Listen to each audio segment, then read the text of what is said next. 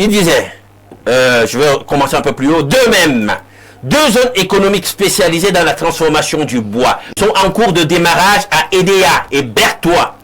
Il en est également du technopôle agro-industriel de Ouassa-Babouté par Cotin, qui sera consacré à la production et à la transformation des céréales, des tubercules, du lait et de ses dérivés. Vous savez où on en est?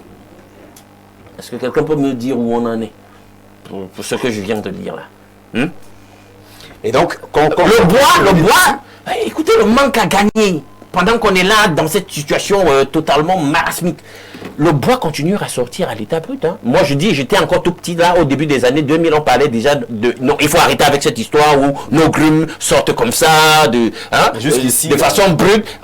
On pourrait créer de la plus-value en permettant que rien ne sorte et qu'on transforme tout ici. Toute une économie industrielle pour créer de la plus-value. D'accord, je vais donc vous laisser. Juste aujourd'hui, vous avez fait l'autopsie, maintenant quelles sont vos attentes? Non, mais moi je n'ai pas d'attente. Je sais que ce sera le réchauffer un tout petit peu là, on va dire des trucs et puis on va s'appuyer dans la boule de cristal. Non, mais c'est mon avis, je pourrais me tromper. Ça aussi, il faut que je l'admette. Mais je dis que, tel que je vois le train habituel de ces discours, il va me faire ce que je connais. Donc, je sors par là pour te dire que les lions indomptables, il va revenir dessus, ça c'est certain. Bon, et puis, on verra bien ce que ça va donner. Mais je sais qu'il y aura... J'ai 2 attentes en attendant de... Parce que je voudrais corriger quelque chose sur ce plateau. Je crois qu'on s'embrouille. Chaque pays s'endosse sur une économie. Et l'économie, c'est la production de biens et services.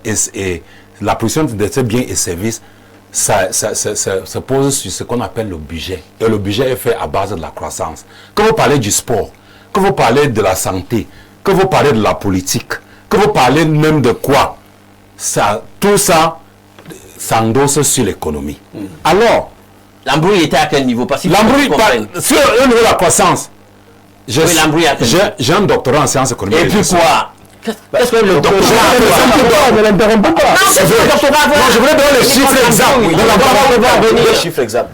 Du FMI, la Banque africaine de développement. Les chiffres exacts de l'économie. On avait projeté 4,4% en 2025. On tourne autour de 3,8%. On tend vers 4% de la croissance économique.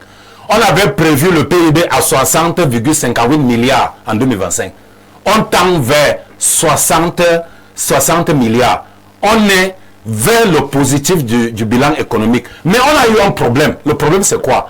On envisage d'emprunter 3 000 milliards en 2026. Donc, on va basculer de 14 500 milliards à 17 500 milliards. C'est ça qui a freiné le développement. C'est ce qu'il faudrait corriger. C'est un ensemble de choses qui fait ça. Développement. Et Alain Doka a raison. Vous comprenez? Alain Doka a raison. Tu viens m'interpeller ton doctorat? Moi, c'est pour légitimer celui qui n'a absolument pas fait économie. C'est pour légitimer mes chiffres. Je suis docteur. C'est pour légitimer mes chiffres.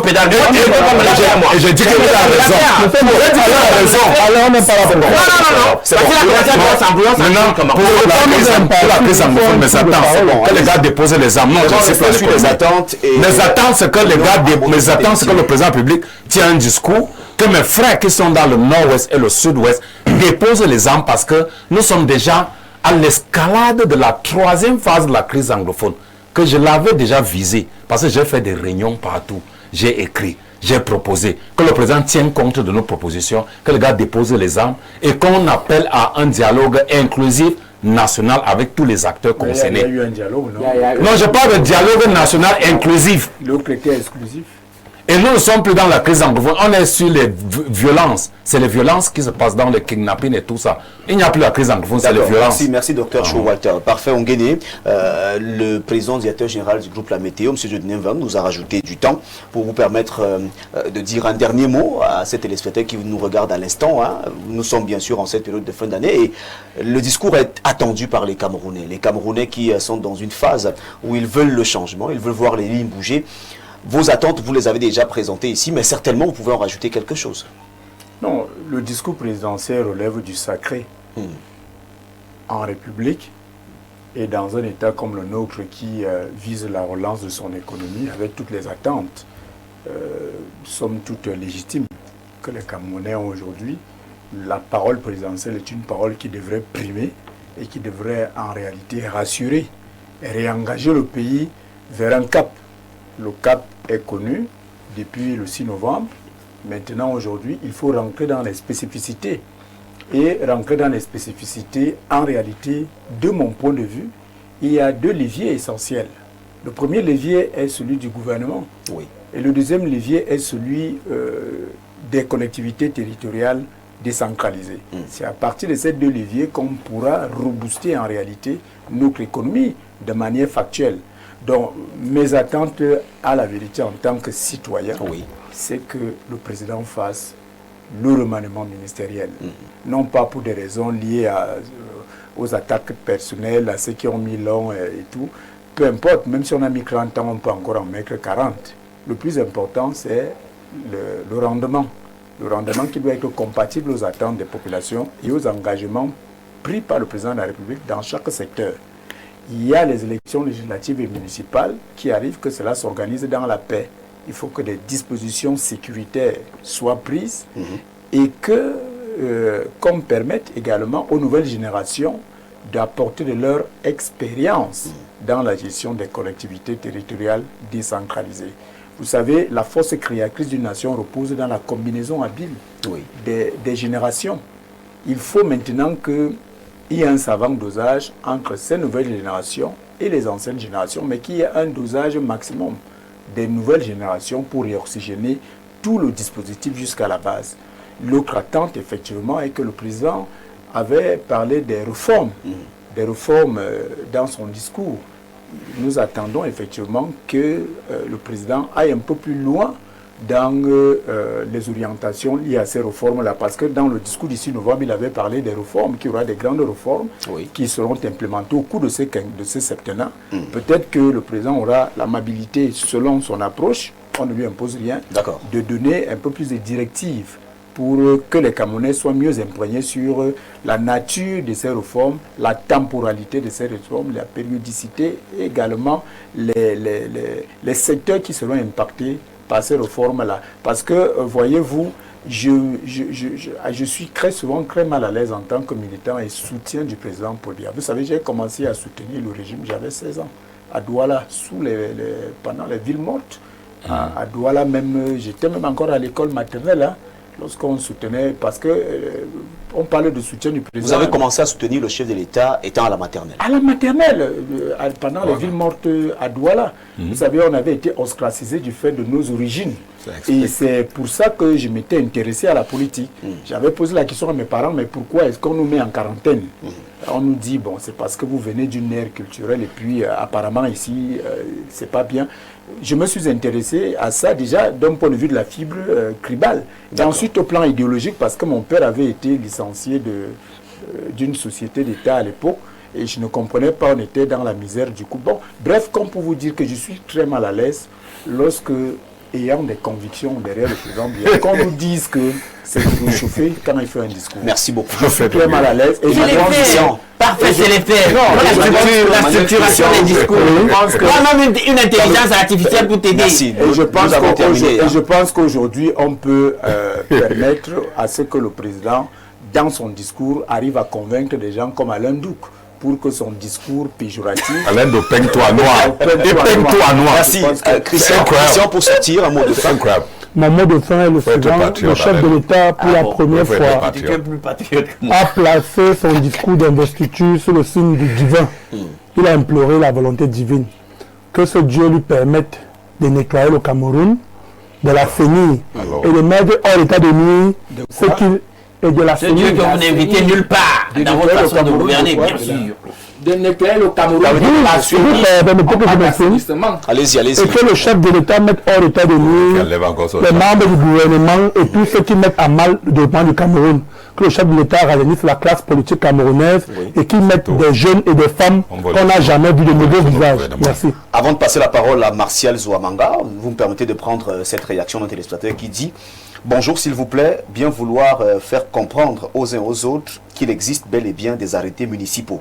le maire a capacité de prendre un arrêté municipal. C'est Alain Mathieu Karanga. C'est écrit, c'est la rédaction administrative. On va discuter. Toi, tu as dit ça, tu as dit que c'est national. Tu vois? Non, tu relèves. C'est la rédaction administrative. Vous me permettez C'est toi qui ravit la politique. Le modérateur de poursuivre. Il n'y en a pas. Docteur, permettez que le modérateur fasse son travail. J'enseigne On va débattre. Vous me permettez de poursuivre. Vous me permettez.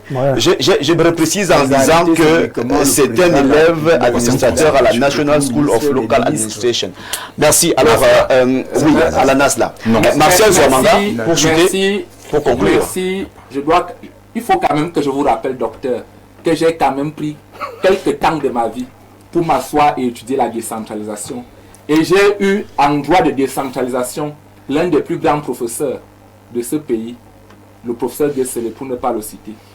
Donc je pèse quand même mes mots quand je parle d'un certain nombre de choses. C'est toi qui nourris.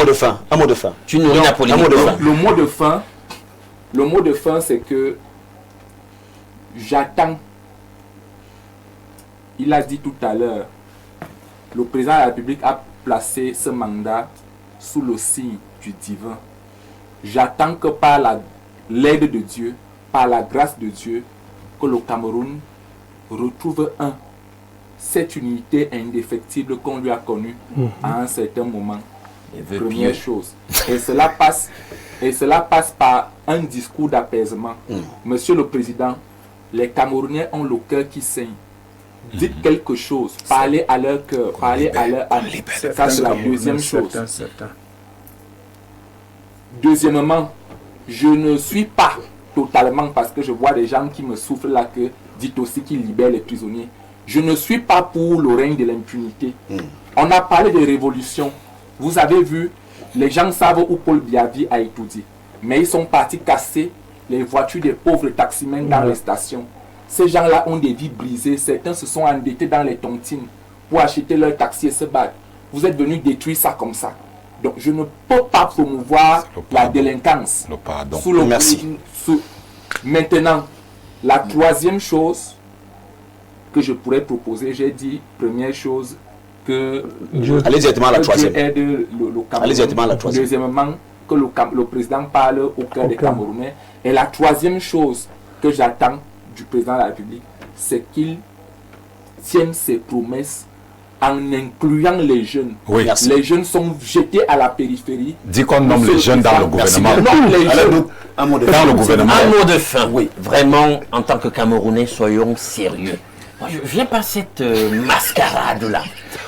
On passe du temps à parler de Dieu dans ce pays partout. Allez compter le nombre d'entités religieuses au kilomètre carré dans nos quartiers. Mais on voit Dieu partout. Arrêtons de manipuler les Camerounais. Si on craignait Dieu dans ce pays, on n'aurait pas ce type de gouvernance. Merci mesdames, messieurs, c'est la fin de cette émission. Merci de nous avoir regardés. Merci au président, directeur général du groupe La Météo, M. Dieudonné Mveng, qui est d'ailleurs le superviseur général de ce programme et lui qui nous a permis d'avoir un peu plus de temps aujourd'hui. C'était la dernière de l'année. Merci de nous avoir fait confiance pendant toute cette année, mesdames, messieurs. Espace Miné 2025, c'est la fin. On va se retrouver en 2026 pour la première production de l'année 2026. Merci à nos panélistes qui ont répondu présents ce matin. Très bonne suite d'émission et merci à toute l'équipe de production qui s'est mobilisée pour la réussite de ce programme. Pour vos messages qui n'ont pas été lus, mesdames, messieurs, nous nous excusons, nous vous présentons nos excuses et sachez tout simplement que vous êtes nos téléspectateurs. Cette chaîne de télévision est la vôtre. C'est une chaîne de télévision de proximité et du vivre ensemble. Au revoir.